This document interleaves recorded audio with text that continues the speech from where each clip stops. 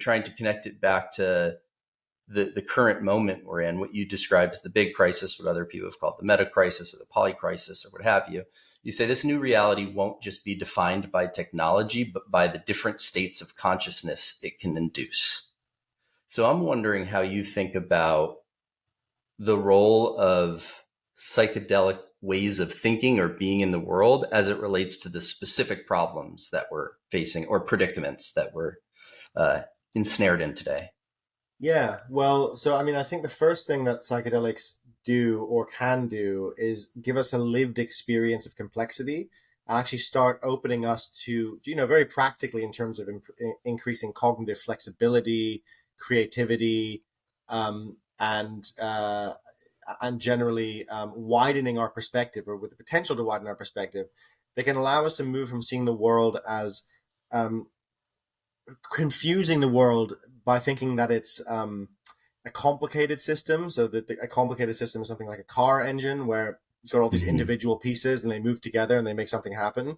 A complex system is like your body or an ant colony or a beehive or even a city, where you have many individual parts that interact with each other and create something that's more than the sum of its parts, that has a kind of adaptive intelligence to it. Like, when you go to the store in a city, and you buy a loaf of bread, there wasn't like one person who was like, okay, that store needs 5 more loaves of bread today. What happened is that the complex interaction of the economic system meant that that the supply chain was able to supply that, and the person that so it's like there's not, like, in a complex adaptive system, there's not like a single entity controlling it. Whereas in a grandfather clock or a car engine, there is, right? Yeah. It's all connected in exactly the same way. It's a closed system. And what we often do when we're trying to tackle problems like climate change or trying to like regulate artificial intelligence is or governments and policymakers very often, and a lot of institutions, they think the world is complicated. And so they try and enact complicated solutions. And so usually in a complicated system like an engine, you go, okay, well, this isn't working. We don't want this to happen. So we're going to go in and tinker with this. We're going to have this policy, this, and that this is going to do this. And, we're going to use an economic model that assumes that everyone's a rational actor who's after their self-interest, and then that'll fix it. But of course, the world is getting more and more complex, and increasingly those solutions just do not work. And so then we have all these multiple overlapping crises that we don't know how to handle or deal with. Climate change being one, the potential of runaway artificial intelligence being another, even just the way that social media has completely negatively impacted democracy itself.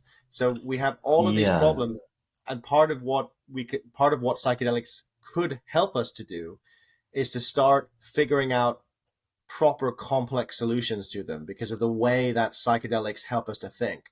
Psychedelics are, in my view, like they open us up to the actual complexity of the universe. We actually feel it, we see it, we're able to perceive it, the complexity of our own emotional landscape, of what we're feeling, of the world around us.